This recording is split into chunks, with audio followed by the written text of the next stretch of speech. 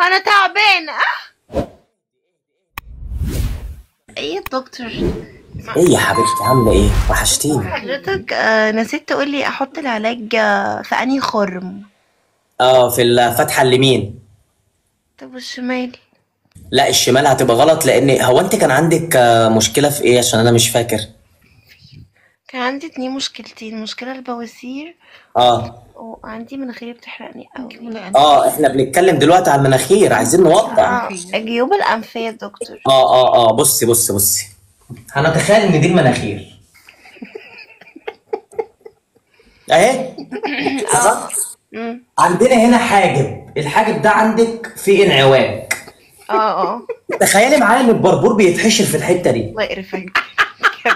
لا انا ما بحبش حد يقول الله يقرفك، انا ليس على المريض بحرج، انا بديكي علاج. انتي قرفانه مني، انا تعبانه. اهدي وبطلي صوتك بيتعب اللايف.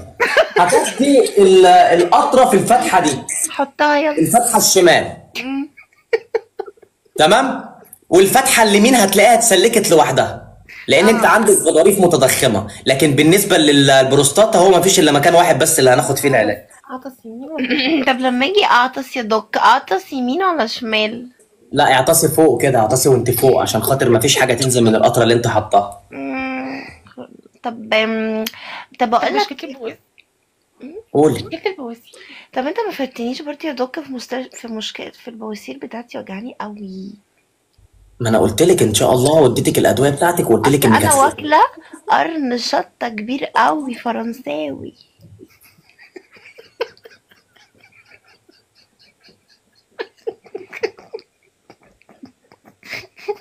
كذا آية.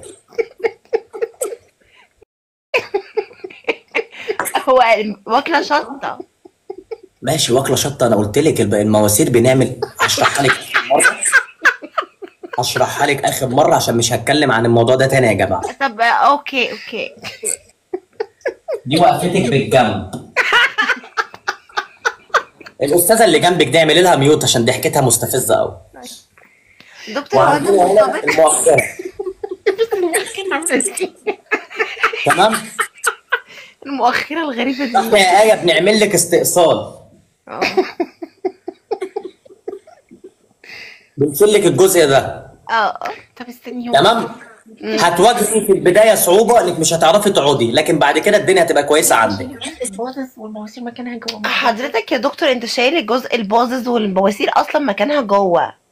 لا ما احنا بنشيل الجزء ده وبنعمل تكيفات في المنطقه، بندخل الجلد تاني جوه. آية هيكتينا انزلي. ايه ده؟